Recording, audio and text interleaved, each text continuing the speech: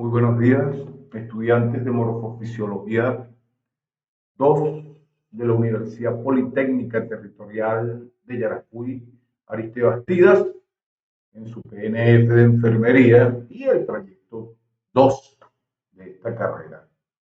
Hoy vamos a ver un tema de por sí también muy importante como todos los demás, que es el aparato reproductor masculino y femenino. Vamos a darlo los dos si nos queda tiempo para ello. Por eso vamos a iniciar pues con la revisión de este tema importante que deben conocer. Bien, muy bien, saben, salud, el aparato reproductor tanto masculino como femenino tienen su diferenciación en la vida intrauterina. El niño, una vez de un tiempo determinado, pues las gónadas, que son la estructura que van a originar los genitales, ya sean bien femeninos o masculinos, se diferencian. La reproducción sexual, ya vamos a ver un momentico aquí, que aquí me faltó algo. Ajá, la reproducción sexual se produce por la fusión de dos células, de las dos células tanto masculina y femenina, el óvulo y el espermatozoide, ¿verdad?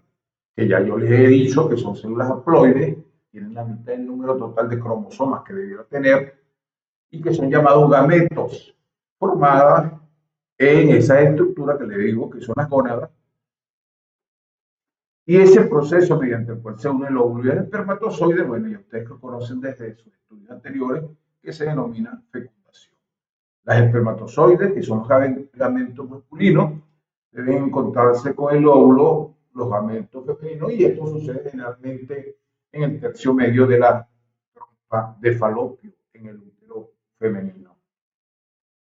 La unión de esos dos órganos, de los órganos copulares, los órganos copuladores son la vagina en la mujer y el pene en el hombre. Entonces, cuando se unen esos órganos copuladores de ambos sexos, se le llama a este proceso de la unión de estos dos órganos la copulación. Fecundación, la unión del óvulo espermático, del óvulo y el espermatozoide, y la copulación, la unión de los genitales masculinos y femeninos. Tras la fecundación, entonces, si el embarazo es positivo, se forma una célula diploide, la suma del óvulo y espermatozoide, su número haploide de células se unen en un número doble, que es el número diploide que realmente lleva la carga humana. Y a esta forma de células diploides se le conoce el nombre al inicio como cigoto. Cigoto, ¿ok? A partir de ella se desarrolla el nuevo individuo, el nuevo ser. El aparato reproductor está conformado en vida intrauterina por lo que ya le dije gónadas, y en ella se forman los gametos, ¿ok? Bien sea masculino o femenino, y son los ovarios y los testículos donde están contentivos estos gametos, tanto femeninos como masculinos, que son los óvulos y los espermatozoides en el hombre. También el aparato reproductor posee unos conductos genitales que permiten el paso de los gametos a través de ellos para ser expulsados al exterior, ¿verdad? Y también poseen glándulas accesorias. Estas glándulas accesorias, sus secreciones, crean un ambiente adecuado para la supervivencia de los gametos. Se mantienen el medio ambiente propicio a los gametos para que sobrevivan en el medio donde se encuentran. Ya les dije que los órganos copuladores son la vagina y el pene. Aquí vamos en esta lámina, empezando por el aparato reproductor masculino. Vemos la conformación anatómica del aparato reproductor masculino. Empezamos entonces de afuera hacia adentro, vamos a encontrar testículos y pene, ¿verdad? Órganos externos, testículos y pene, pero internamente ese pene lo atraviesa una uretra peniana, porque se encuentra en el pene, en el cuerpo esponjoso, ¿verdad?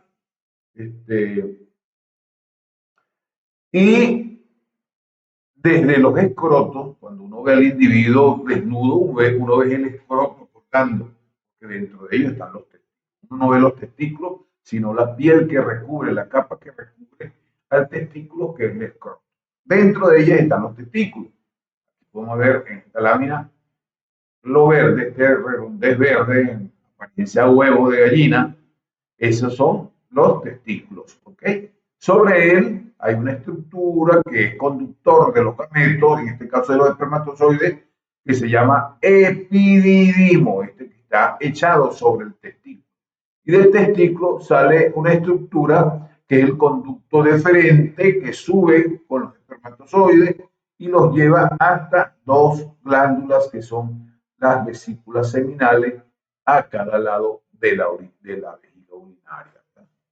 Entonces, en la vesícula seminal, entonces se alojan los espermatozoides, es un lugar de almacenamiento para que cuando en la eyaculación esos espermatozoides son lanzados a los conductos uretrales. ¿Ok? Entonces, luego vemos aquí unas glándulas, las glándulas de bulbo-uretrales, que es su papel dentro del aparato reproductor masculino es lubricar todo para mantener el medio propicio a los espermatozoides y mantener lubricado la uretra y los conductos genitales. Podemos ver entonces aquí la uretra peniana deja de ser uretra peniana, es la uretra membranosa, luego la uretra prostática para llegar a toda esta estructura que es la vejiga urinaria. También vemos el hueso pubis aquí por delante de la vejiga. Vemos la próstata, que es una glándula también que se encarga de nutrir y de secretar sustancias para ayudar a crear el líquido seminal. ¿Okay? ¿Y qué otra estructura? Vemos que la vejiga y los órganos genitales internos son vecinos del recto, ¿okay? Del recto, por eso el recto posee unas terminaciones nerviosas que son también estimuladas en la mujer y en el hombre a través del recto. Aquí podemos ver el coxis, podemos ver la última, la tercera, cuarta y quinta vértebra del sacro, y todo eso. Aquí vemos el orificio externo del digestivo, que es el ano. ¿Okay? Y todo eso entonces es las estructuras. Este conducto genital que va desde las vesículas seminales hasta la uretra, que me faltó nombrarlo, se llama conducto eyaculador. Por ahí entonces recuerden que la uretra masculina se diferencia de la uretra femenina, porque la uretra masculina comparte el conducto uretral con la orina y con los espermatozoides en el momento de la eyaculación. Aquí podemos ver un testículo con su estructura interna, el epididimo en forma de red, ¿okay? Y el conducto deferente saliendo de ese epididimo hacia las vesículas seminales. Estos son los conductos deferentes que tienen el epididimo. Vemos todo esto es el epididimo, que la red trabecular, el testículo tiene un tabique intertesticular. Aquí vemos, ya aquí son las redes testiculares del testículo, está aquí, y estas son las trabéculas que forman ese testículo que salen de la periferia del testículo. Los túbulos seminíferos que están dentro del testículo, los lóbulos testiculares están conformados por esas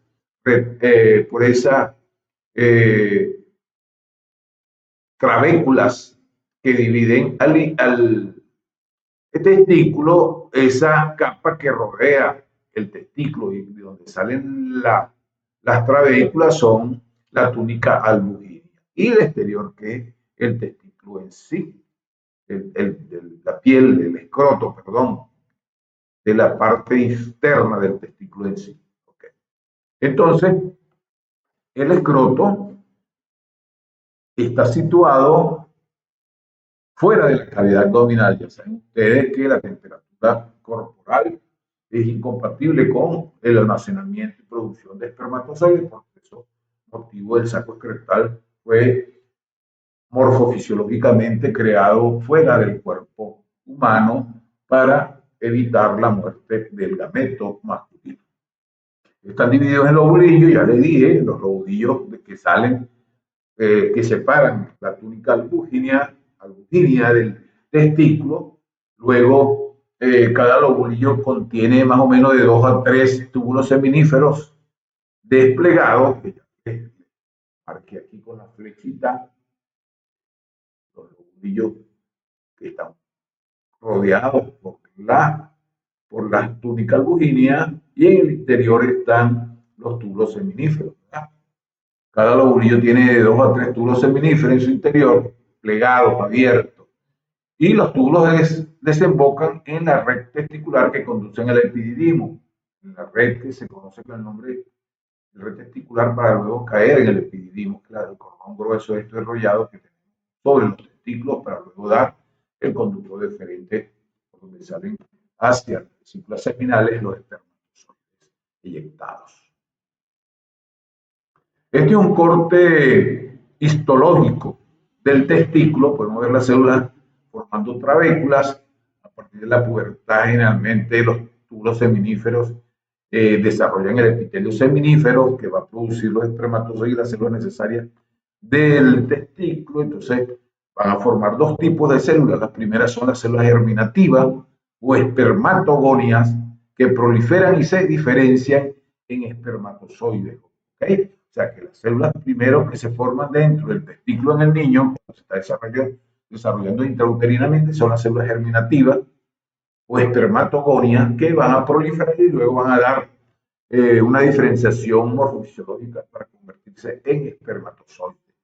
Y las células de Sertoli, que contienen a las células germinativas e intervienen en su nutrición. Entonces, tenemos las células germinativas o espermatogonias rodeadas por células de Sertoli, estas todas por aquí, que van a responder por la nutrición del espermatozoide.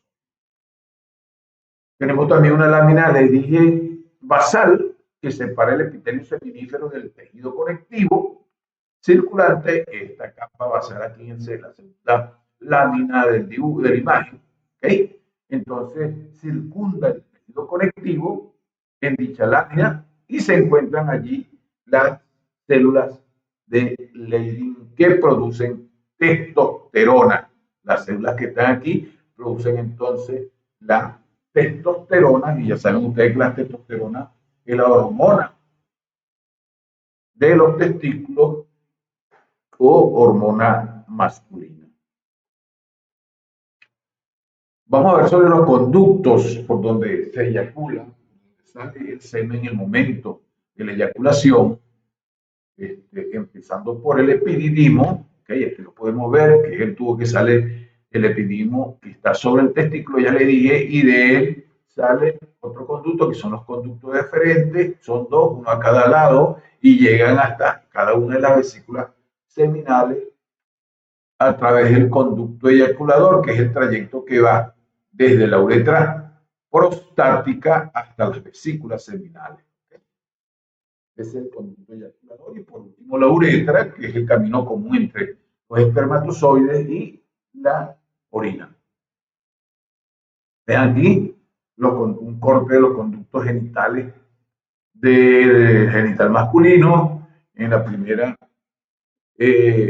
lámina podemos ver los espermatozoides formados, y este es el epitelio pseudoestratificado. Cuando hablamos de pseudoestratificado, es una sola línea de células que dan la apariencia de que son varias, eso lo vieron en tejidos epiteliales en el primer año.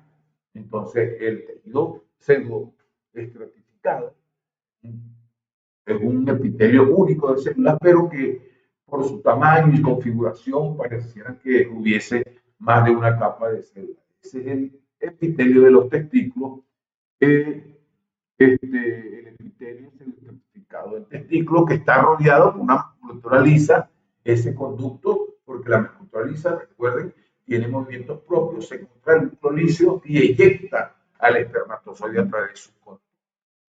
El epididimo son tubos estrechos alargados situados en la parte posterior o superior del testículo, ya les señalé cuál era.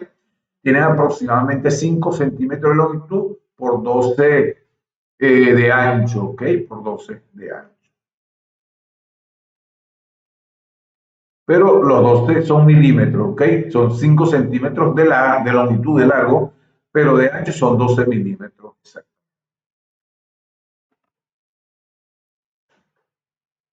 Si estos conductos eyaculadores, perdón, si estos conductos genitales fueran estirados sobre una superficie, alcanzarían unos 6 metros de longitud. Recuerden que son dos, uno a cada lado de la vejiga, llegando a cada una de las vesículas seminales. Son el almacén también de los espermatozoides para que adquieran movilidad y su estructura definitiva. Estos pueden permanecer ahí hasta 4 semanas, ¿okay? En el epididimo. Estamos hablando del epididimo, ¿ok? Entonces, el epididimo, si su estructura se extendiera en una superficie plana, pudiesen alcanzar hasta los 6 metros de largo, pero ocupa un espacio pequeño en la parte en el polo superior del testículo. Allí se almacenan los espermatozoides, ya le dije, para que adquieran movilidad y su estructura definitiva. Estos pueden permanecer ahí hasta 4 semanas de almacenamiento. Luego de el epididimo salen los conductos deferentes, ¿okay? Del epididimo van hacia la vesícula seminal, ¿verdad? Esos conductos deferentes, aquí tenemos un corte sagital, vemos la luz aquí en el centro y vemos las células rodeadas, vemos la capa muscular que lo rodea, músculo liso, y la zona adventicia en la periferia.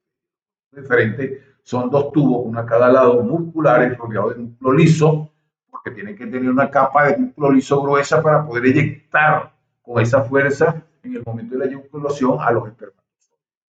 Cada uno de ellos miden aproximadamente unos 30 centímetros de largo y que conectan con el epididimo a los conductos eyaculadores hasta llegar a las vesículas seminales. Durante la eyaculación, los tubos lisos se contraen y enviando el semen a los conductos eyaculadores y luego a la uretra, desde donde es expulsado al exterior. ¿Okay? Se contraen los conductos deferentes, impulsan el espermatozoide, cae en la uretra y de la uretra son expulsados. Cuando el hombre se produce la vasectomía, es un método de anticoncepción, ustedes deben haber escuchado de él, donde se cortan estos conductos deferentes y los espermatozoides son incapaces de llegar a las vesículas seminales. Método anticonceptivo que generalmente los hombres le huyen a este método anticonceptivo, pero es muy efectivo para evitar el embarazo de su pareja. Seguimos con los ductos genitales. Tenemos posteriormente los conductos eyaculadores. Los conductos eyaculadores son uno en cada lado, ¿okay? De la vesícula seminal, de la vesícula seminal hasta la uretra, recuerden, resultan de la unión ángulo agudo de la ampolla del conducto deferente y la vesícula seminal. Su función de los conductos eyaculadores consiste en conducir en la uretra hasta la uretra los espermatozoides de la vesícula seminal. Aquí podemos ver en este dibujo la vesícula seminal a cada lado de la vejiga, en el centro está la próstata y los conductos deferentes que vienen de los testículos y el conducto, los conductos eyaculadores que vienen de los testículos, los conductos eyaculadores que van de la vesícula seminal hasta la uretra. Se nos espermatozoides hasta la uretra, para aquí con el gráfico vean cómo se está expulsando el semen.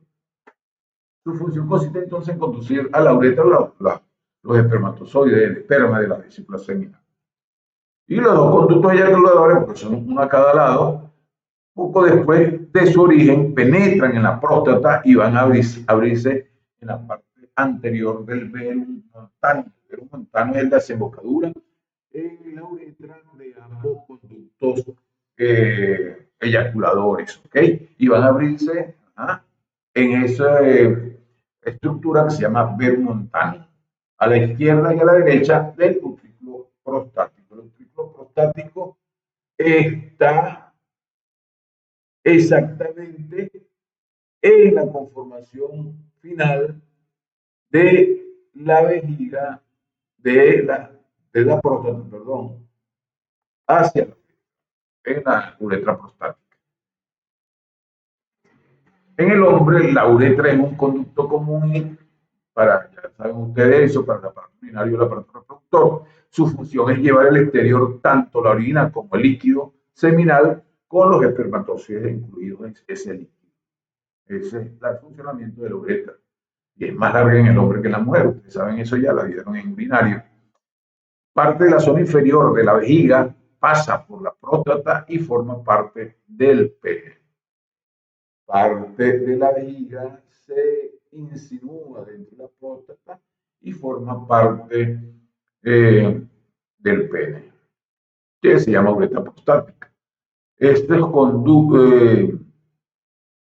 la uretra mide aproximadamente 12 centímetros desde aparición en la vejiga hasta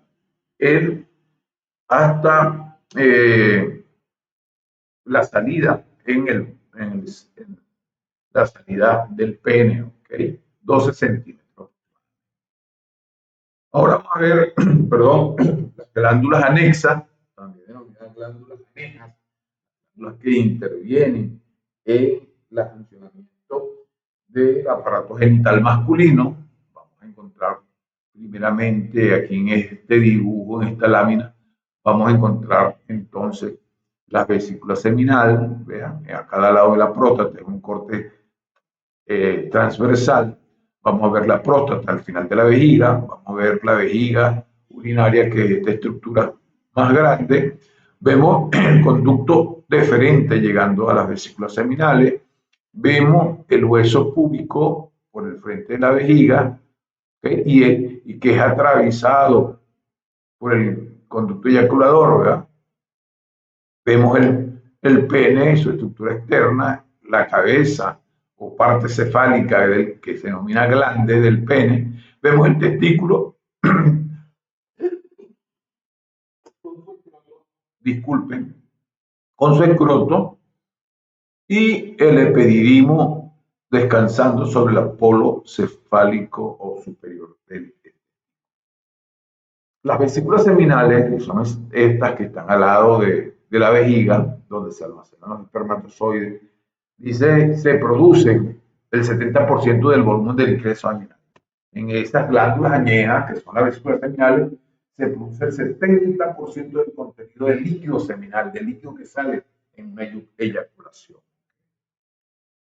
Detrás de la vejiga urinaria, delante del recto, de inmediatamente por encima de la base de la próstata, es la ubicación de las vesículas seminales exactamente. Y cada vesícula seminal es un túbulo lobulado revestido por epitelio secretor que secreta un material mucoide rico en fructosa y otras sustancias nutritivas, así como grandes cantidades de prostaglandinas y fibrinógenos.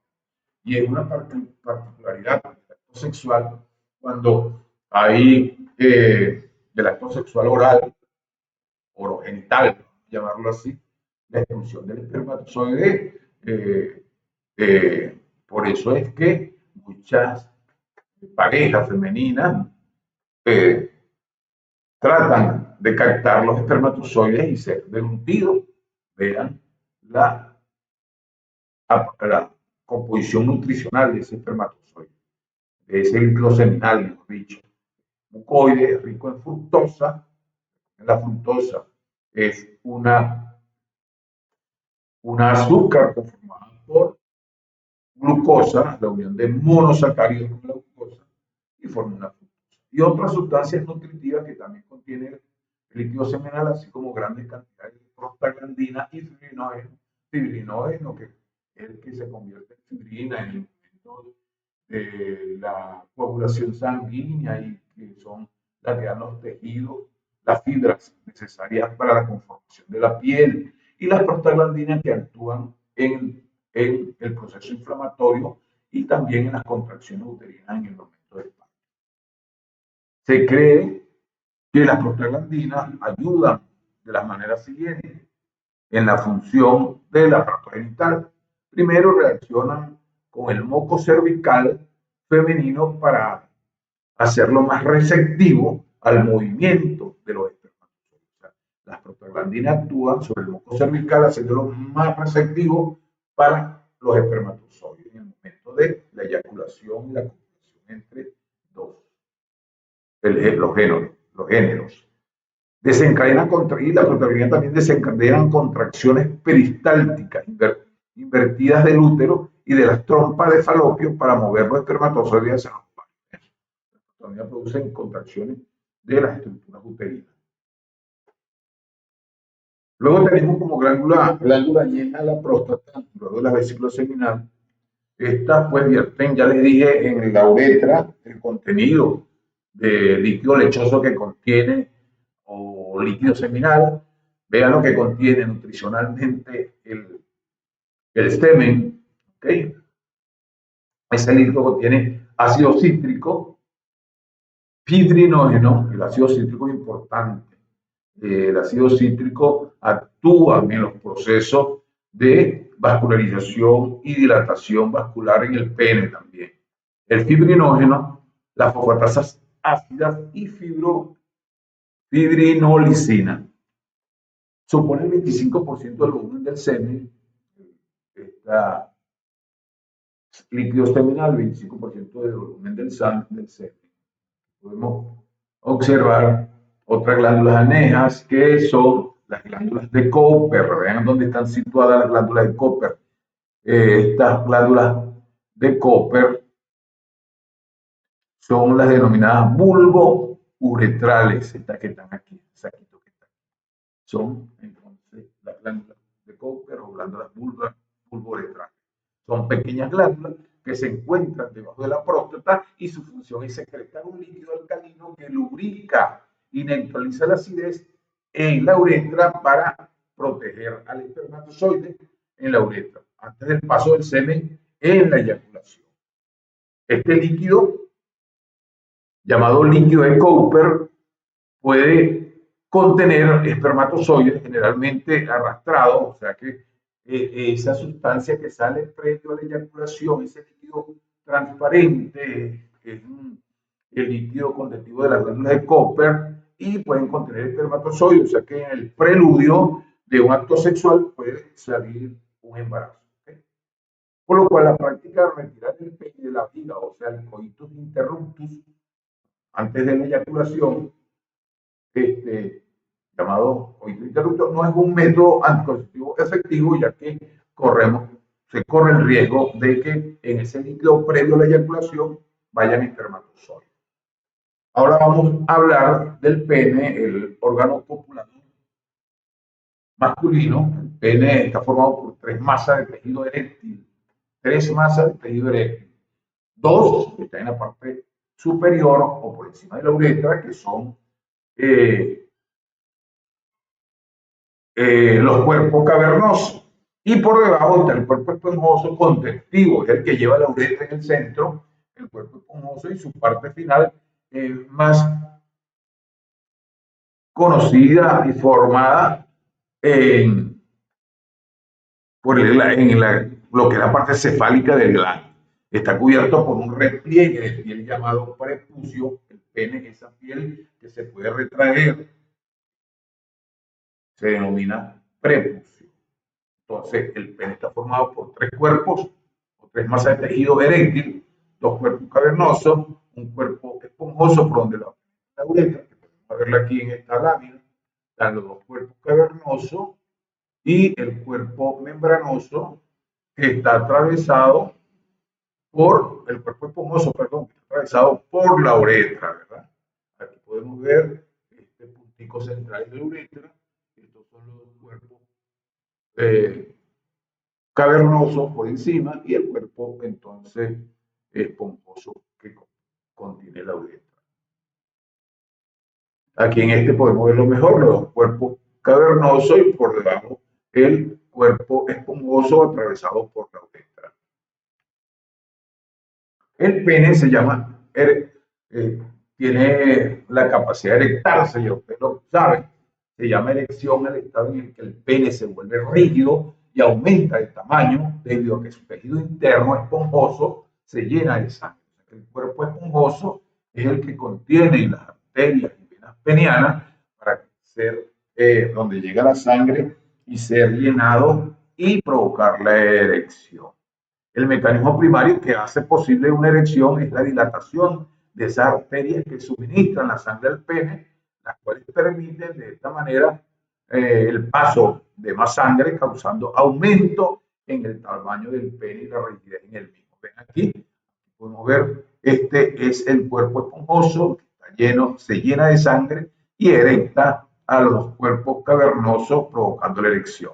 Aquí podemos ver los dos cuerpos cavernosos en la parte superior del pene, el glande del pene, ¿okay? La desembocadura de la uretra, esta parte se llama surco balano prepucial entre la parte del glande y el cuerpo del pene. Hay un surco denominado surco balano prepucial y la parte de la orilla de lo que es el glande que conecta con el cuerpo del pene es denominado también corona.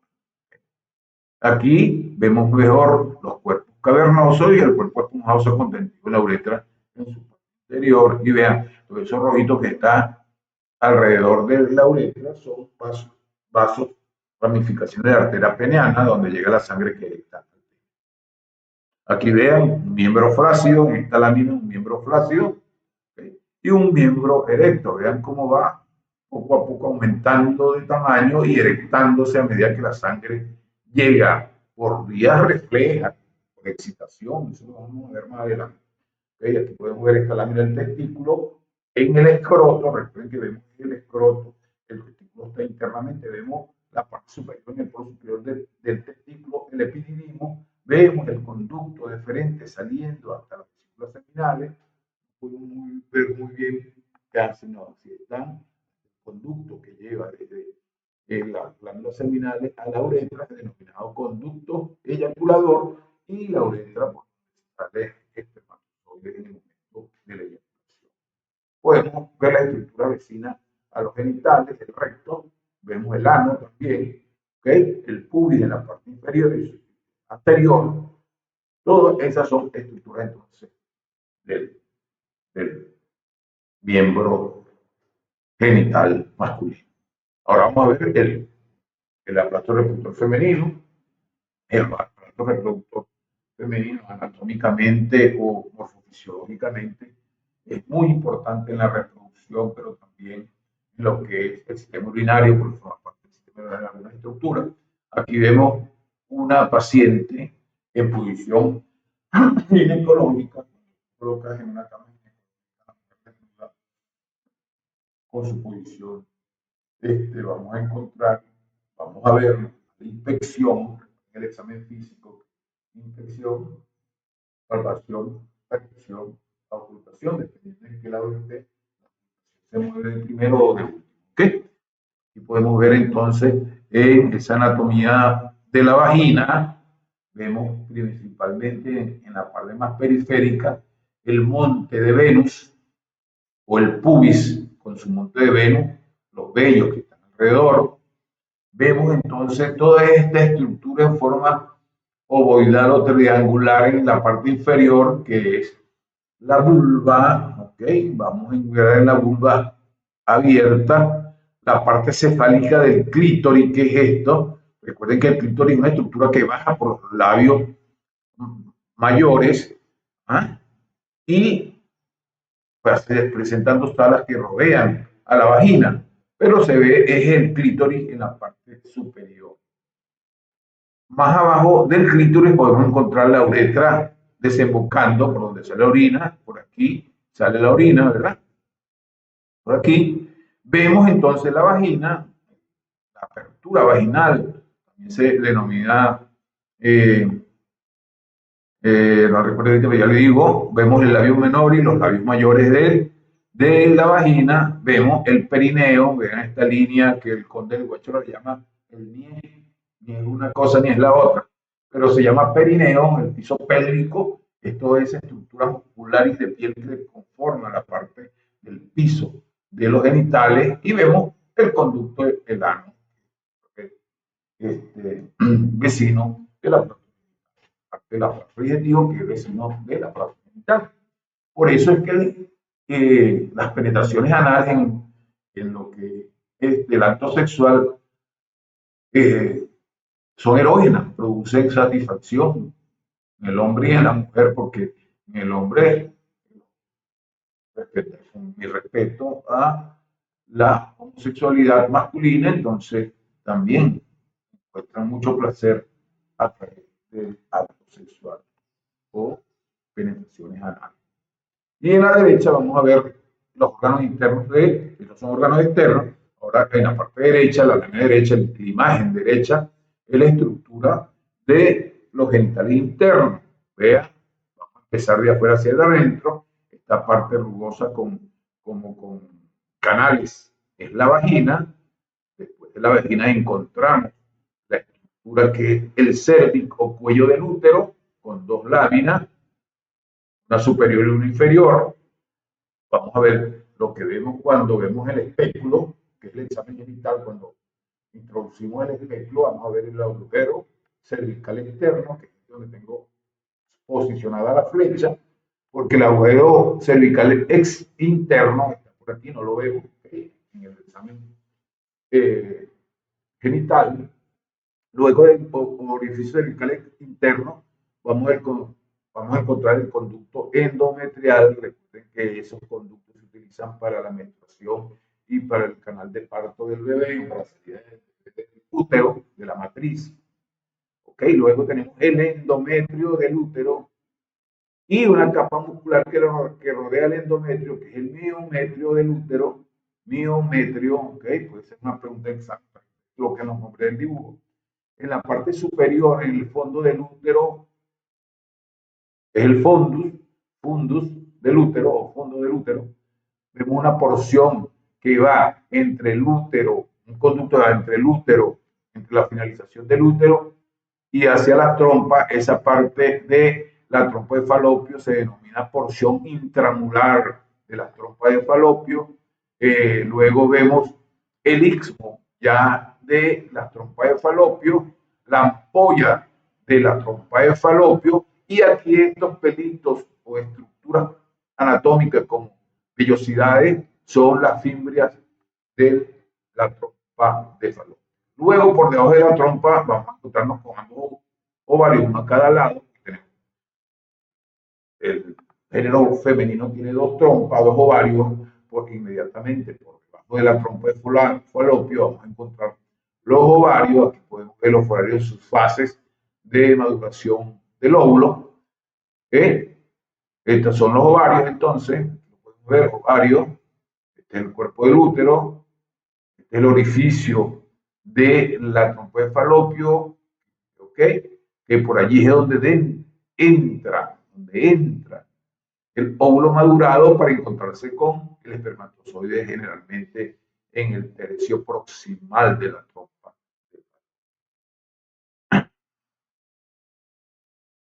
El aparato reproductivo femenino, vamos a empezar con los ovarios, muy importante, porque allí es donde se producen las células femeninas, óvulos.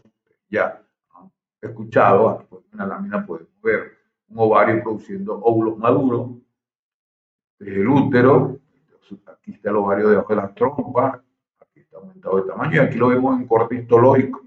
¿Ves? La diferenciación celular para llegar hasta el óvulo, ¿okay? En el ovario. Entonces producen células reproductoras femeninas llamadas óvulos.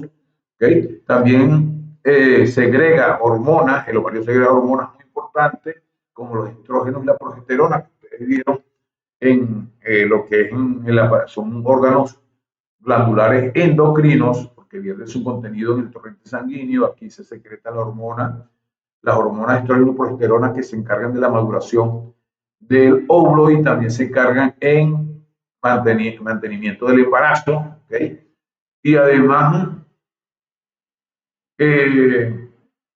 recordemos que en esa corteza y esa médula del ovario se producen también pequeñas cantidades de testosterona, de la hormona masculina, pero también es secretada por el ovario, formada por una corteza donde están los folículos y una médula que es la parte central de ese ovario. Aquí lo podemos ver esta lámina, vemos la corteza, la parte periférica y la médula en el centro donde llegan los vasos que irrigan para traer el oxígeno a estos tejidos del ovario. En la corteza vemos la diferenciación celular. Por ejemplo, aquí empezó la formación del óvulo. El óvulo llegó aquí, este que es grandote aquí. Si no hubo fecundación o unión del óvulo con el espermatozoide, degenera el óvulo y se convierte en el cuerpo lúteo, que también segregan las hormonas femeninas, hasta llegar a la menstruación. Y ese es el ciclo, 28 días. Luego vamos con las trompas de falopio, que están por encima de los ovarios, a cada lado del útero, y son conductos musculares que conectan los ovarios y el útero. Son conductos musculares, por eso tienen la capacidad de contraerse, ¿verdad? Cuando el dolor por la menstruación en jóvenes que no han tenido vida sexual activa o no han tenido un parto, entonces la contracción de toda esta estructura produce la dismenorrea, el dolor en el momento de la menstruación. Tiene una longitud aproximada, la trompa, de 10 a 12 centímetros y un diámetro de ancho de 2 a 4 milímetros. Uno de sus extremos se dilata y rodea el ovario, que es el infundíbulo de la trompa de falopio, donde tiene que entrar el óvulo madurado. Internamente está cubierto de una mucosa con pliegue, donde se encuentran cilios que ayudan a movilizar el ovocito, el cigoto, para su implantación en el neonato. Cuando hablamos de ovocito o cigoto, es el óvulo ya maduro que se convierte en cigoto para que sea fecundado por el espermatozoide. La capa media, el puro músculo liso, ya les dije, de esos trompas que ayudan a la contracción para movilizar el óvulo y el espermatozoide. Y la capa más externa es serosa, es una membrana epitelial compuesta por una fina capa de células epiteliales y otra fina capa de tejido conjuntivo, que es el que lo sostiene, formando los ligamentos de la trompa que lo fijan a la pelvis. Aquí podemos ver las trompas de falopio a cada lado del útero, el fondo del útero, el útero en sí, donde se produce la anidación del óvulo fecundado aquí en este nivel donde tengo la flecha. Vemos los ovarios a cada lado, vemos el cuello del útero con su agujero cervical interno y su agujero cervical externo, y con el cervix, el cuello, y la vagina. Aquí vemos una mujer su estructura genital. Luego tenemos el útero, ya saben que es un órgano por excelencia, porque es el que en la especie humana nos ayuda o nos asegura la reproducción de nuevos seres, y es un órgano muy muscular, con fibras longitudinales y transversales que se cruzan para que haya una contracción efectiva en el momento de parto. El hueco en forma de pera que se apoya sobre la vejiga urinaria por delante y estando el recto por detrás. Son órganos vecinos situados entre la vagina y las trompas de falopio. Habló el embrión durante la gestación. El embrión y el feto, y al niño cuando ya está en el 8º mes para ser expulsado. Entonces alberga todo esto. Está formado por dos zonas anatómicas y funcionalmente distintas. El cuerpo uterino, donde están unidas por los lados las trompas de falopio, están separados del cuello uterino o cervix por el istmo del uterino, que ya lo señalé en las láminas de las imágenes anteriores. Y el cuello o cervix uterino, cuyo extremo inferior hace protrusión en la porción superior de la vagina. Por eso es cuando metemos el espéculo en el examen genital y abrimos el espéculo, vamos a encontrar dos labios que sobresalen en la vagina. La pared está formada por tres capas. El de células que son de afuera hacia adentro, la serosa o perimetrio, también se le llama peri de periferia y metrio de estructura uterina, y corresponde al, al peritoneo de la parte posterior superior. Recuerden que el peritoneo son tejido conjuntivo conectivo que rodean las vísceras para mantenerlo en su sitio ubicado, ¿okay? Y mantenerlo fijado sobre las paredes laterales de la estructura anatómica del ser humano. Y el miometrio, que es puro músculo, formado principalmente por tejido muscular liso. El endometrio en el útero es una capa mucosa especializada que se renueva en cada ciclo, es la que se pierde en el ciclo menstrual en forma de sangre, ¿okay? Y parte de tejido, y de no haber la fecundación se produce la menstruación. Recuerden que les dije que una vez que el óvulo se ha fecundado, se regenera, se forma el cuerpo lúteo y el cuerpo lúteo termina provocando la descamación del endometrio, que es la regla, ¿okay? O la menstruación. Aquí pueden ver la estructura de la pared del útero. ¿Ven? Tan importante. Este es el epitelio que forma el útero. Vamos a encontrar en esa superficie uterina glándulas uterinas, que son estas que se introducen hacia la parte interna del útero, y vemos secreciones que puedan botar esas glándulas. ¿Okay?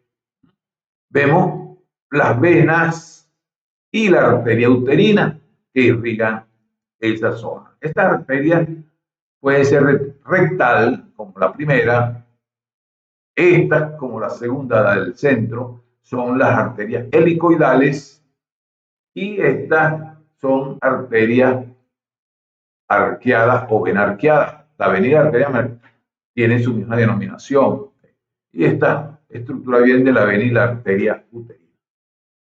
Entonces, la capa funcional de la que se desprende del endometrio cuando está la regla, la capa basal y el miometrio, que es musculosa. Aquí vemos el otro órgano, que es la vagina, ya que comienza desde la terminación del útero a nivel del agujero cervical externo, que le dije que en forma de labios se penetran en la vagina. Vemos los sacos anterior y posterior de Douglas, se llaman los sacos, y vemos los labios aquí en la parte de la vagina, y la vagina. La vagina entonces es un órgano copulador femenino, asegura la copulación con el contraparte de género, con el hombre, y tiene un conducto fibromuscular elástico de 8 a 11 centímetros de largo aproximadamente. Sus funciones sirven para la canalización del flujo menstrual en el momento de descamación del endometrio, ¿okay? Durante la menstruación. Es el orificio por el que el hombre introduce el pene en estado de erección durante el coito, asegurando el acoplamiento de ambos órganos femenino y masculino, y es la vía por donde se introduce el semen. Por allí llega el semen del hombre con los espermatozoides para fertilización del óvulo allá arriba en las trompas de falopio en la mujer. Y es la salida del feto, importante porque es la salida del feto y de la placenta del útero al final del periodo de gestación. La salida del feto es el parto, ¿okay? El parto, y la salida de la placenta es el alumbramiento. Luego ya pasamos por los genitales internos, vamos a ver los externos, vamos a describirlo un poco más.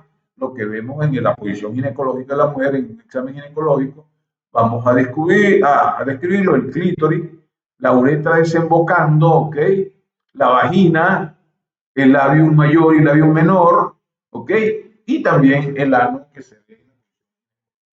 Entonces, los genitales internos, primeramente la vulva es ese conjunto. La vulva se llama el conjunto de todos esos órganos genitales externos de la mujer, que consta de un vestíbulo, se llama vestíbulo vaginal, que es el que se ve cuando uno solamente separa los labios mayores, en cuyo fondo se abre la uretra y se ve la uretra desembocando y se ve la vagina. ¿Okay?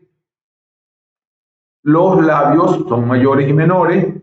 El pubis, o donde está el monte de Venus, los vellos que nacen allí de protección a la vagina, Vemos el clítoris en la parte superior, en la parte cefálica del clítoris. Recuerden que el clítoris es una estructura grande con dos alas hacia abajo, se proyectan hacia los lados de la vagina. Y los bulbos y vestíbulos o bulbos vulvares, perdón, sí, bulbos vulvares, un par de cuerpos eréctiles anexos alrededor de la vagina que son parte del clítoris. Las glándulas de Bartolini, que lo que, y las glándulas vestibulares, igual que la de Skene en el hombre también están aquí. Un par de glándulas anexas de Skene y las de Bartolini que ayudan a lubricar y a darle un medio ambiente propicio a lo que ocurre allí y mantener la acidosis vaginal, porque recuerden que el pH de la vagina es ácido. ¿Okay? Y las glándulas mamarias están ubicadas en otra zona, pero son parte de los órganos genitales externos, que también tienen una función importante en la lactancia, en el desarrollo del niño. Esas glándulas mamarias es un complejo glandular que produce leche e indudablemente es lo que distingue a las hembras que pertenecen a la clase de los mamíferos. Músculo, tiene tejido adiposo, grasita, tiene glándulas productoras de leche, que son los acinos alveolares, los canales de conducción de la leche y el pezón.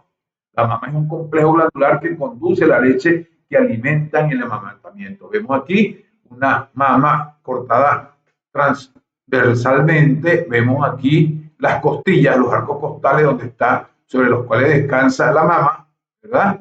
Vemos esta estructura que de adentro hacia afuera es la piel, luego viene esta capa, primeramente el tejido adiposo o celular subcutáneo de la mama, luego viene el músculo, que es esta cadena de muscular que va aquí alrededor. Y en la estructura ya de la glándula mamaria vamos a encontrar de afuera hacia adentro el pezón, en la parte central de la mama. Allí llegan unos conductos que son los canales de donde pasa la leche hacia el exterior, a la succión del bebé, y vemos también las glándulas productoras de leche en la mama. Cada glándula está formada por 15 a 20 lóbulos separados, como estos que están aquí. Esta, por ejemplo, que está en la imagen, tiene 1, 2, 3, 4, 5, 6, 7, 8, 9, 10 lóbulos. Puede tener hasta 20 lóbulos la mujer en cada mama. Esos son separados por un tejido conectivo y adiposo que los sostiene en su ubicación normal. Los lóbulos se dividen en lobulillos y a su vez en pequeños racimos formados por redondeadas cuya cara interior está tapizada por células secretoras en la que se produce la leche materna. En esa estructura.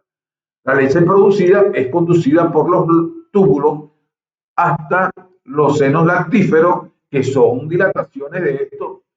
De ellos salen unos 25 conductos hacia el pezón, donde llega la leche cuando succiona el bebé.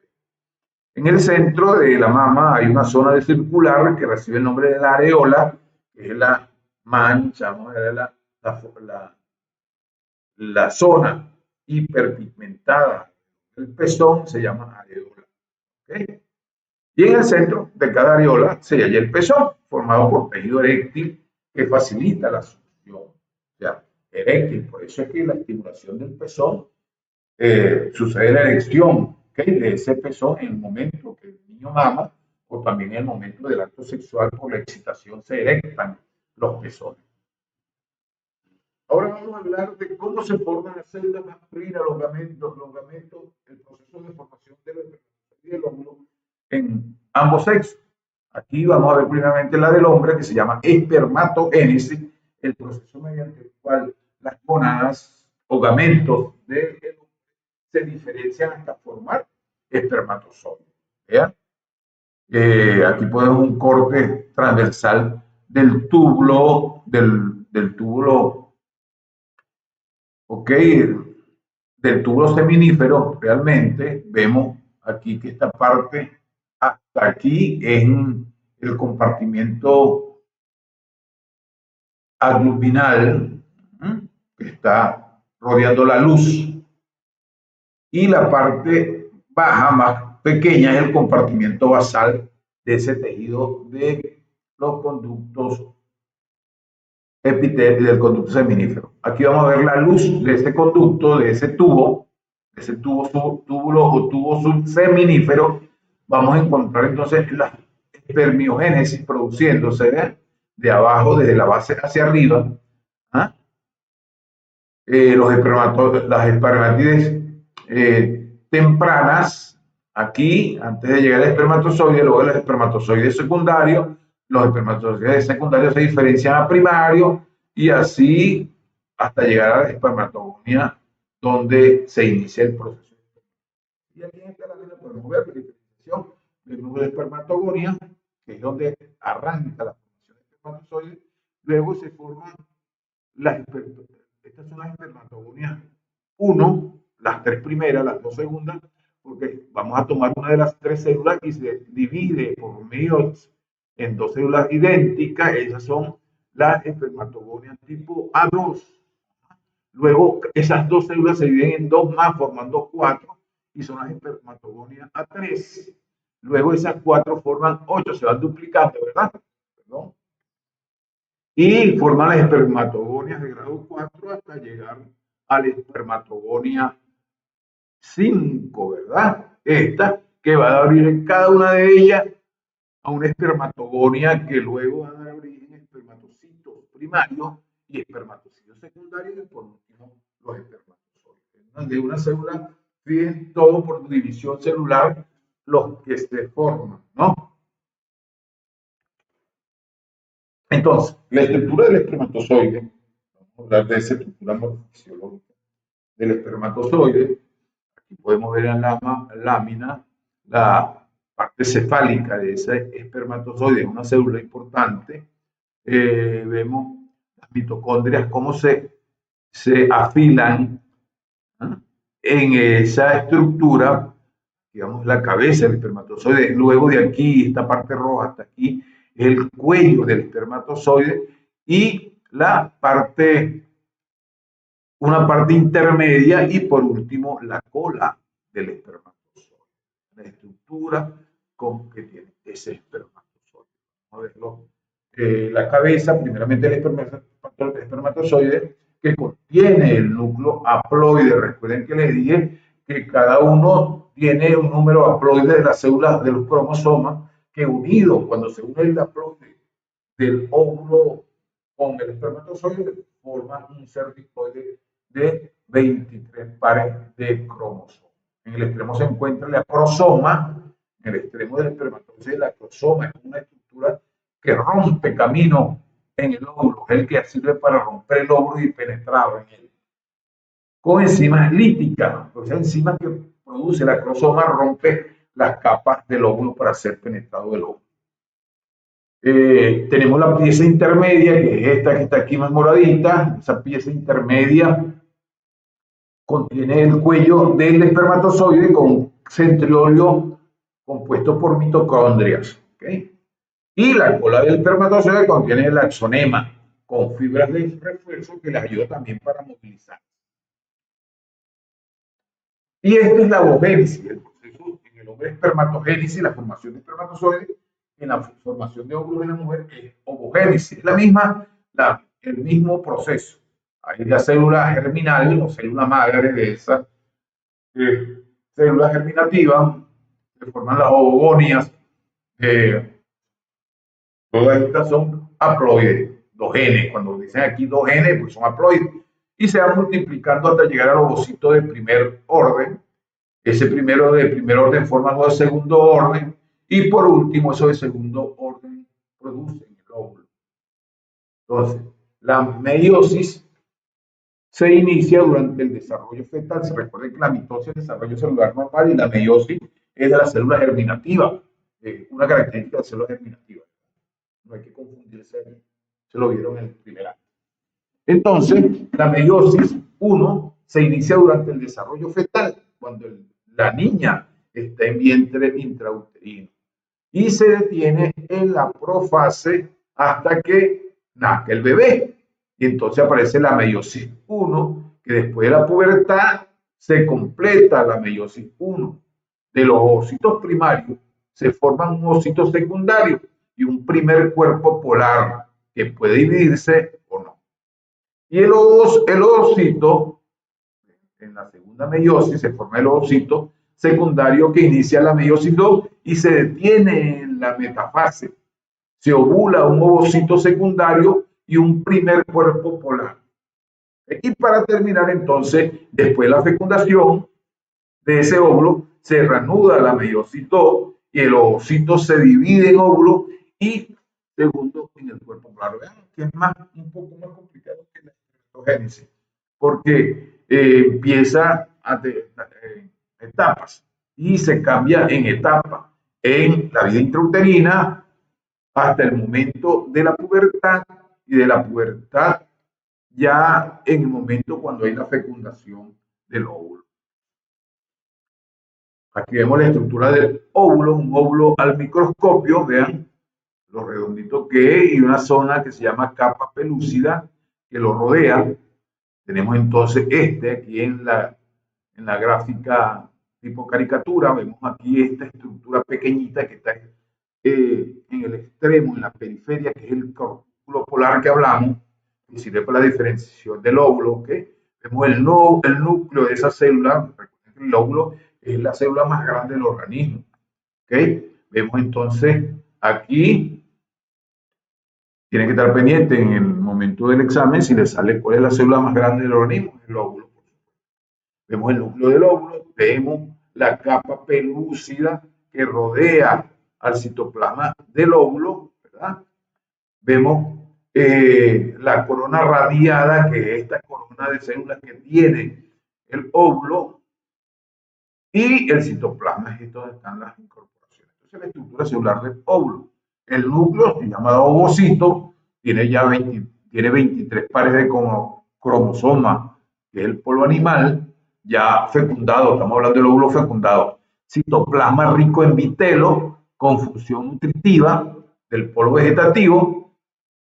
La membrana pelúcida por fuera de la membrana citoplasmática de ese óvulo, que está formada fundamentalmente por las glucoproteínas. ¿Recuerdan aquella estructura que les di en el primer año? Que la membrana plasmática está conformada por glicoproteínas y fósforo, o fosfolípidos, mejor dicho, donde el centro de esa membrana es tejido lipídico y los polos son fósforos. Hay un polo hacia la parte externa y un polo hacia la parte interna, que son moléculas o átomos de fósforo. ¿Okay? El citoplasma es rico en vitelo con funciones nutritivas, un polo vegetativo. La membrana pelúcida, por fuera de la membrana citoplasmática, está formada fundamentalmente por glucoproteínas y la corona radiada formada por células foliculares. Ya teniendo tanto el espermatozoide como el óvulo en la mujer, vamos a ver entonces cómo es el ciclo ovárico en la mujer, o el ciclo menstrual, si lo quieren llamar ciclo menstrual, para entendible, aquí le decimos ciclo ovárico o ciclo menstrual. El ciclo ovárico menstrual comienza con una fase menstrual, con la regla, el primer día de regla, de menstruación, que generalmente dura los 5 primeros días de ese ciclo. Esos 5 primeros días del ciclo menstrual, cuando usted tenga la regla, esos son los 5 días que van concurriendo del ciclo ovárico. Debe entender la mujer bien esto, porque es muy importante para su reproducción y evitar también en casos dados la reproducción. Unos 20 folículos primarios se transforman en folículos secundarios, recuerden entonces la ovogénesis, y comienzan a producir la hormona, una de las hormonas femeninas, que son los estrógenos.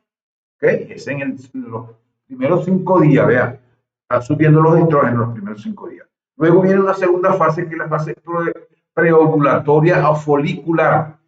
La fase menstrual, te pregunta examen, los ciclos, las etapas del ciclo ovárico. La primera fase tiene que ser por orden. La primera fase es menstrual. Luego viene la fase preovulativa o folicular, donde uno de los folículos madura y se transforma en el folículo de Graf. El folículo de Graf ya es el óvulo realmente.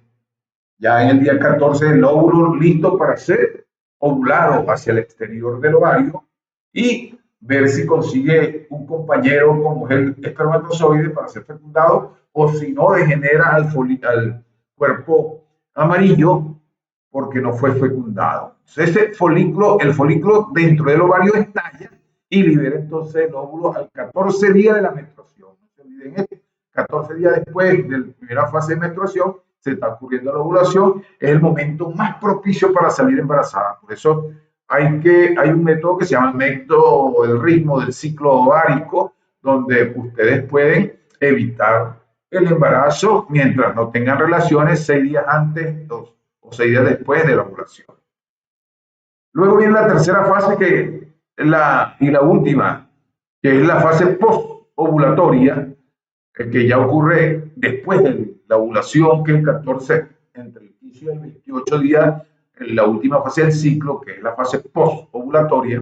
El folículo se convierte en un cuerpo lúteo o cuerpo amarillo y que produce estrógeno y progesterona. Este cuerpo amarillo tiene la capacidad de producir tanto estrógeno como progesterona. Si no hay fecundación, el cuerpo lúteo degenera, dejando una cicatriz en esa zona del ovario, pero si hay fecundación, el cuerpo lúteo entonces aumenta de tamaño y segrega las hormonas hasta el tercer mes que preparan para el embarazo y mantienen a ese efecto en el útero. Vean aquí el ciclo ovárico, ya lo vimos, pero realmente el ovocito, que es la célula madre, que da origen a los demás cuerpos celulares hasta llegar al óvulo como tal. Y aquí lo ven dentro del ovario como es. Empieza por aquí, va por aquí recorriendo hasta que llega a este que está aquí, que es el cuerpo amarillo que segrega progesterona y estrógeno, que si no es fecundado por un espermatozoide, se convierte en pulsa con la regla. Y si es fecundado, va al tercio medio de la trompa, se anida, espera el espermatozoide y se anida en una de los laterales del fondo uterino. Vean aquí el ciclo uterino o hormonal o ovárico, vean, la fase, los primeros 5 días que son menstruación, vean en rojo aquí, porque este es el miometro descamándose a través de la regla. Luego el quinto día viene la fase preovulatoria, donde se acomodan, empiezan a secretarse los estrógenos desde aquí. Vean que cuando empiezan a secretarse los estrógenos aumenta hasta producir la ovulación. De aquí, de esta ovulación al 15 días, empieza a mandar la progesterona. Apréndanse este cuadrito importante. 14 días, primeramente del primero a 5 días la menstruación, el día 14 después del primer día de la menstruación es la ovulación y ya en el 15 día es la preparación, en la fase progestágena, donde, o posovulatoria, donde la progesterona agarra el mando para preparar al útero para el embarazo. La fase preovulatoria, la mucosa uterina va engrosando y se vasculariza, se llena de vasos sanguíneos, entonces los folículos segregan estrógeno, empiezan a segregarse estrógeno. La fase posovulatoria, después de la ovulación, el endometrio toma aspecto esponjoso, el cuerpo lúteo segrega progesterona y prepara a la mujer para el embarazo. Si no hay fecundación, la mucosa se elimina con la menstruación, cesa la secreción de estrógeno y la progesterona también se deja de secretar. Ahora vamos a ver algo muy importante que asegura la procreación, lógico. Y hay técnicas que ayudan a procrear sin necesidad de la copulación con el hombre en la mujer. Hay in vitro, pruebas de fecundación in vitro, y otro tipo de fecundaciones. Pero el acto sexual, hoy vamos a ver el acto, consecuentemente vamos a ver el acto sexual, ¿ok? ¿Qué tan importante es en el hombre y la mujer? ¿Okay? Durante este encuentro, primeramente, aquí está, vean esta es la parte cefálica del pene, este es el pene atravesando la vagina, o sea, el pene penetra en la vagina, donde va a depositar estos que van aquí, que son los espermatozoides, ¿verdad? O el líquido, realmente él lanza el líquido seminal. Hay muchos componentes, incluyendo los espermatozoides, pero esos millones de espermatozoides que se secretan con el líquido seminal, o en el momento que ocurre la eyaculación, viajan, atraviesan el útero, viajan hasta las trompas de falopio buscando fecundar al óvulo. Por eso es que una carrera de eficacia. El primer espermatozoide, los espermatozoides tienen que llegar hasta el óvulo en el tercio distal de la trompa, donde se lo depositó el ovario en la ampolla de la trompa para ser fecundado. ¿Ok? Aquí vemos vagina, el pene copulando, la vagina, el pene eyaculando con sus espermatozoides, el cuello del útero, el espermatozoide viajando hacia la fibria de la trompa buscando el óvulo, ¿okay? Todo eso. Por eso es importante revisar lo que es la excitación y el orgasmo, sus fases, que son tan importantes en la concepción de un nuevo ser.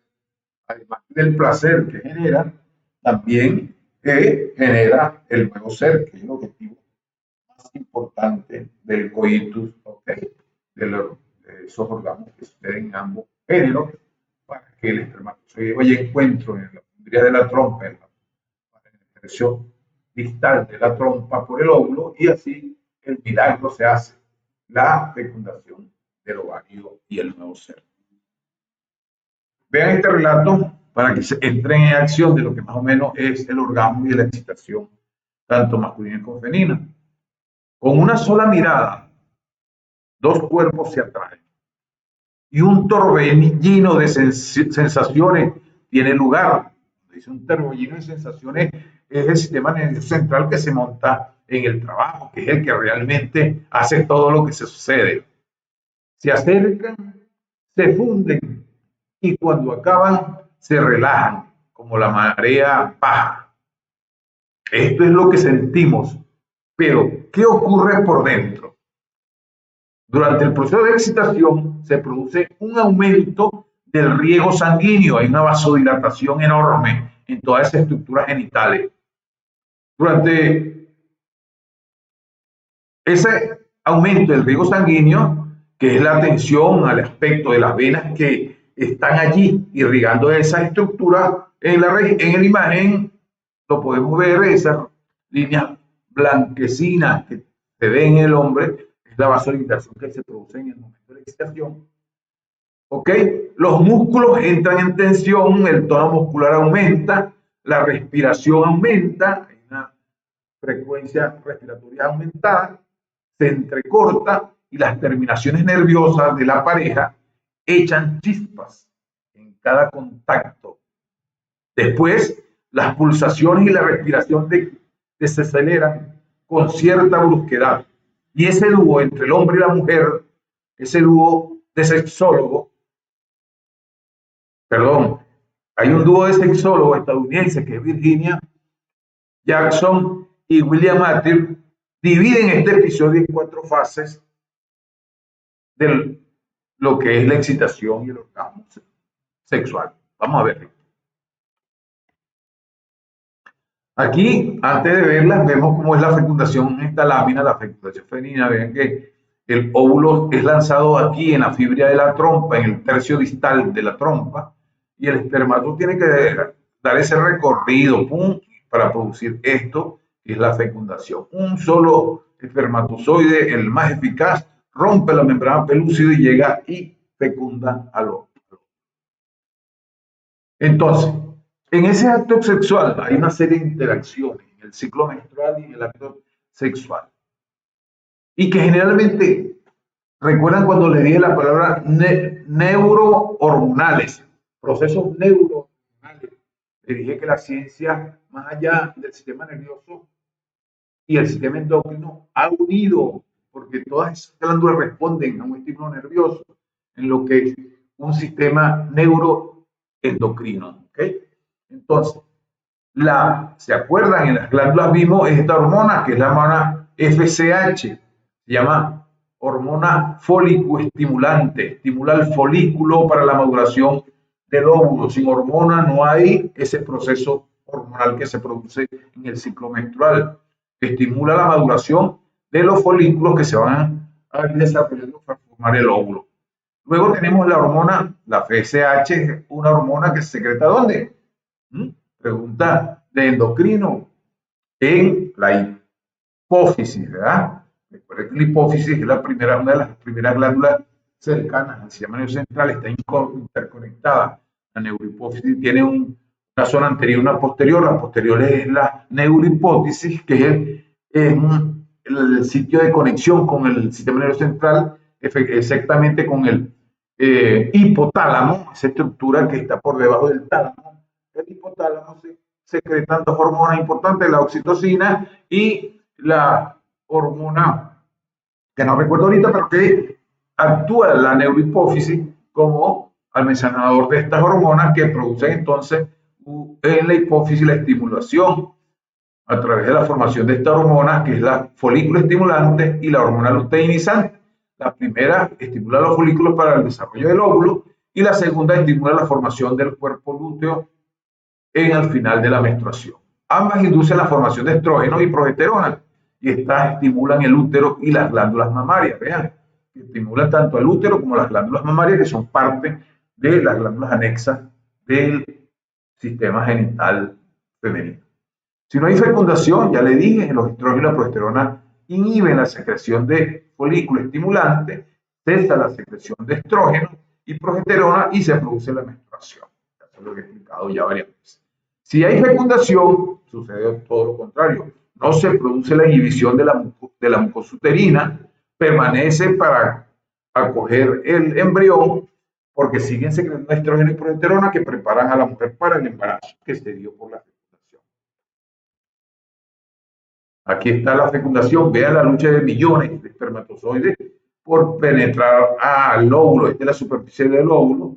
Uno es el más eficaz a través de su acorosoma, que secreta una enzima que destruye la zona pelúcida y penetra el óvulo, es el ganador.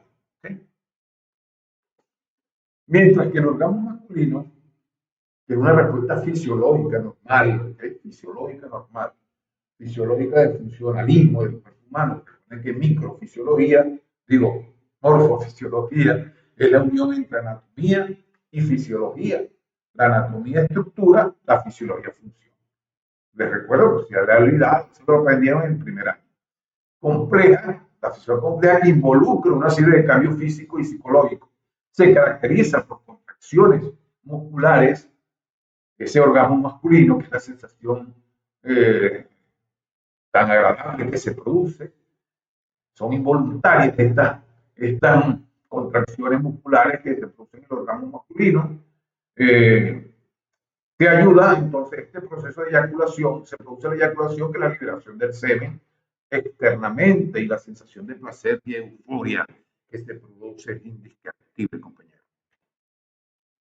Entonces, en esas fases de cambio fisiológico tenemos las etapas de Virginia y Johnson, Master y Johnson. ¿Okay? La primera fase es la excitación, cuando dos seres empiezan a relacionarse sexualmente. Primero hay un juego nervioso del sistema nervioso central que solamente una mirada puede excitar a esa pareja. Se atraen, hay como una especie de química que se atraen, ¿okay? Y empieza una serie de juegos o de funcionamiento del sistema nervioso para transmitir esa información sensorial que la puedo ver al cerebro y se generan toda esa respuesta fisiológica. Recuerden que les dije que lo primero que hay es una vasodilatación generalizada en el cuerpo, y que luego en el pene produce la erección. Esos cuerpos, esos vasos sanguíneos del cuerpo esponjoso que están allí abundantemente, se hinchan de sangre y dan la erección en el hombre, en el caso del hombre. El hombre vio a la mujer y solo ver a su pareja, a la mujer que le guste, entonces se puede suceder una erección por excitación vía nerviosa. Luego de esa fase de excitación, que entran aquí en la fase de excitación, juego, tocarse, besarse, toda esa serie de interrelaciones que el hombre puede hacer, penetraciones digitales, caricias orovaginales del hombre hacia la mujer. Entonces eso va a provocar en el hombre la erección. ¿Okay?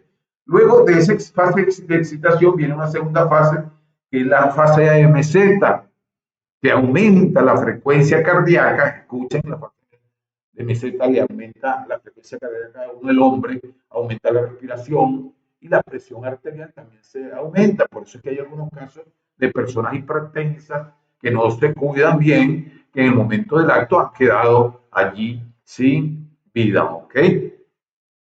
Los músculos de las piernas y los glúteos se tensan, uno tiene como una sensación de temblor en esos músculos y los glúteos también, lógico, porque son masas musculares, ¿ok? Luego en el tercero ya se ocurrió la penetración del hombre en la vagina de la mujer, la copulación, y ese juego rítmico entre el hombre y la mujer, y de acuerdo en muchas posiciones que se puedan ejecutar durante esta coito, se produce entonces al final el orgasmo. El orgasmo, cada uno con su experiencia, si ha tenido esta experiencia, se produce entonces la eyaculación, un proceso eyaculativo en el hombre, que es la liberación del semen por una serie de contracciones de esas estructuras genitales en el hombre que hemos visto. Esto se debe a contracciones rítmicas de los músculos de la región genital, el piso del periné.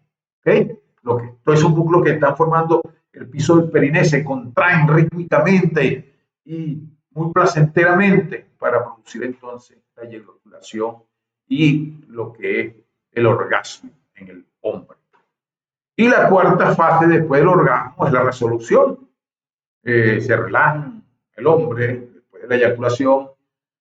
Hay una fase que no tiene la mujer, que es la resolución. El cuerpo vuelve a su estado, disminuye la frecuencia cardíaca, disminuye la frecuencia respiratoria, la tensión arterial se hace normal, se relajan los músculos que se contraen en el momento del orgasmo. Los vasos sanguíneos se contraen, forman vasodilatación, vuelve la tranquilidad del organismo y la frecuencia cardíaca y la presión arterial también disminuye. Ese es el momento de la cuarta fase en el hombre, que es la resolución. Vamos a entender un poquito la eyaculación, esa fase, en la fase orgástica, que es la tercera fase del ciclo sexual. ¿Okay? Tiene dos fases, que es la emisión. La emisión, como ustedes saben, es la expulsión. Se produce la contracción del conducto deferente. Recuerden ese conducto que va desde el epididimo hasta las vesículas seminales, la vesícula seminal, la próstata y el cuello vesical, forzando el semen hacia la uretra. O sea, todo se contrae para que el semen salga disparado. Por eso ustedes ven, pues el que tenga la experiencia, lógico, han visto que en la eyaculación del hombre salen disparados el líquido seminal a través de la uretra. ¿Okay? Luego viene una segunda fase en el proceso de eyaculación, que es la expulsión. El semen es expulsado al exterior por contracciones rítmicas, ya le dije, de esta estructura y de los músculos del periné bulbo esponjoso, los isquiocavernosos, que son tipos de músculos en el periné, y el esfínter uretral también entra en funcionamiento, en contracción, y el bulbo uretral. ¿Qué factores están involucrados en el orgasmo? ¿Okay? En este caso masculino todavía. Vamos a ver si esto es ambos. No, en ambos, factores involucrados en ambos géneros, hombre y mujer, en el momento del orgasmo. Los nervios genitales, primeramente, que transmiten la información sensorial al cerebro y a la médula espinal. Ahí está un señor que se llama el nervio pudendo, que es uno de los más importantes. Ya la información que capta las caricias, por ejemplo, del clítoris, todo ese juego que ustedes saben, entonces despiertan los nervios genitales, van hacia el cerebro a llevar la información a través de la médula espinal. El sistema nervioso simpático involucrado en la emisión de semen. Entonces están los nervios genitales, como el pudendo, los nervios simpáticos en el momento de la emisión del semen, de la eyaculación, los músculos, con esa contracción rítmica que le dije, los músculos isquiocavernosos, bulbocavernosos, los genitales, el piso periné, la musculatura lisa de los conductos sexuales, todo eso. Las hormonas, la dopamina, está, las hormonas implicadas en el acto sexual, es la dopamina y la oxitocina.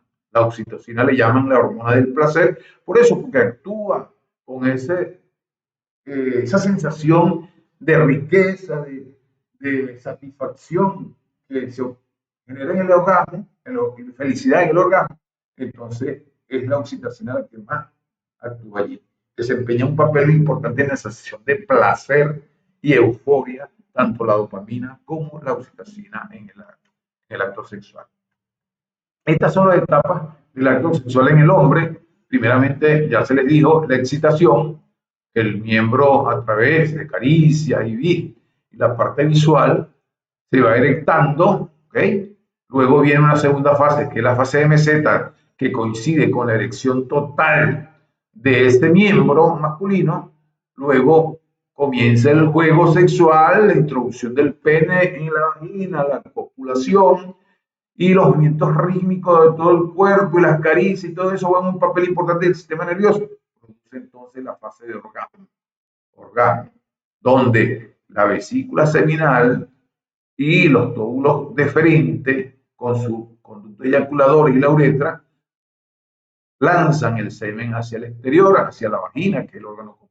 Y el cuarto ya es la etapa de resolución, donde deja de ser flácido porque la sangre que está contenida en el cuerpo esponjoso disminuye con una vasoconstricción, no llega la sangre y entonces desaparece la erección. Vamos a hablar un poquito ahora entonces del orgasmo femenino. ¿Qué ocurre cuando la mujer empieza en esa fase de excitación para pasar a un orgasmo femenino? Vamos a ver que es diferente en el hombre, la potencialidad que tiene la mujer de ser multiorgásmica. El hombre necesita una fase de recuperación, ¿no?, para poder tener la posibilidad de hacer nuevamente el acto sexual, mientras que la mujer queda preparada y satisfecha generalmente por la necesidad de seguir pues, en el acto sexual. El orgasmo femenino es un pico sensorial, cuando dice sensorial es sentir, ¿okay?, del sistema sensorial, de sentir la sensación de placer que va aumentando y caracterizado por contracciones musculares en las zonas también del periné, son rítmicas y simultáneas de la zona pélvica, incluyendo el útero, la vagina y el ano. Todo se contrae en ese momento del orgasmo femenino. Por eso es que es una sensación muy placentera en la mujer.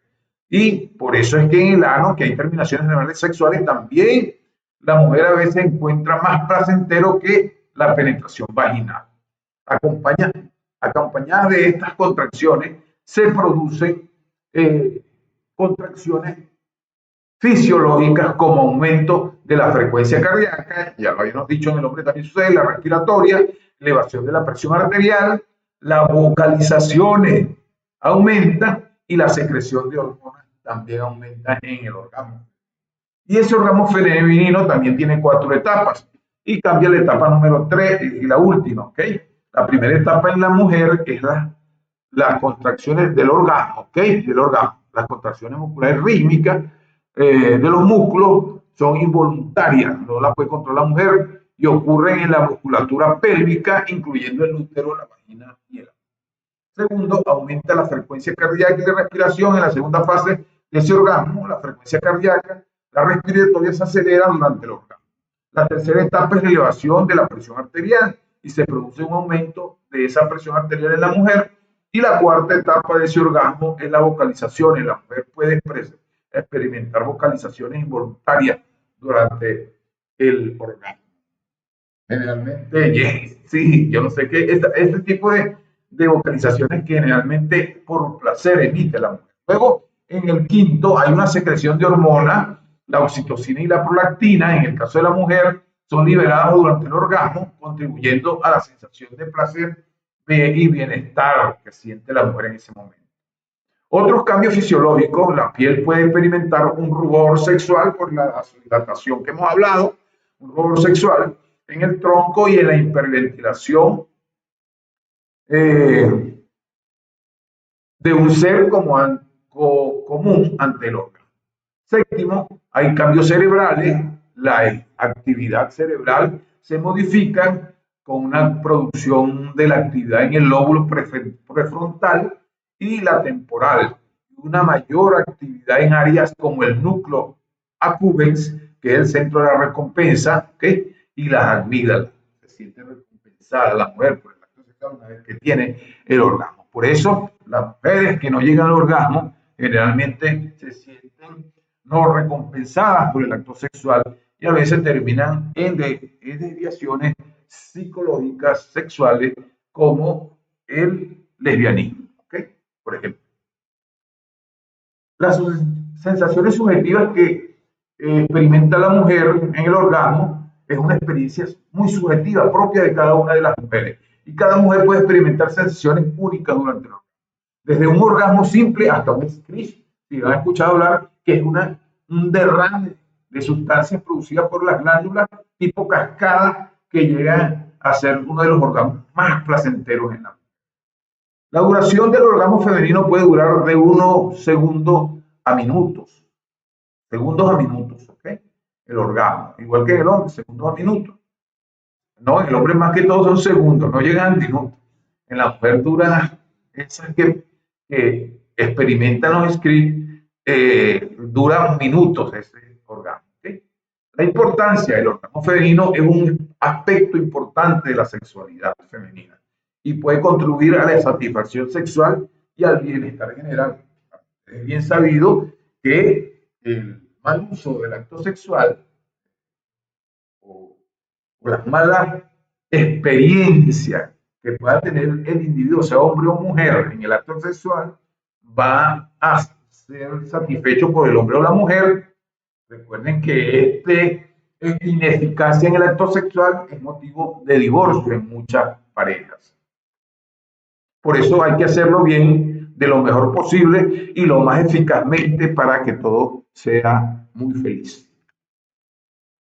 Aquí están esquematizadas las etapas sexuales en la mujer, la excitación previa, ¿okay? Aquí está descrita lo que pasa, la vagina realmente en la excitación, que es un tubo laxo, pero muestra aquí la dilatación que se produce en la vagina, se contrae. Recuerden que hay una frase literalmente que se llama cangrejera, que es la contracción de la musculatura de la vagina, que eso sí la mujer puede hacerlo a voluntario, ella puede hacerlo, las contracciones por sí sola, ¿no? Pero en el acto sexual y el orgasmo son voluntarios.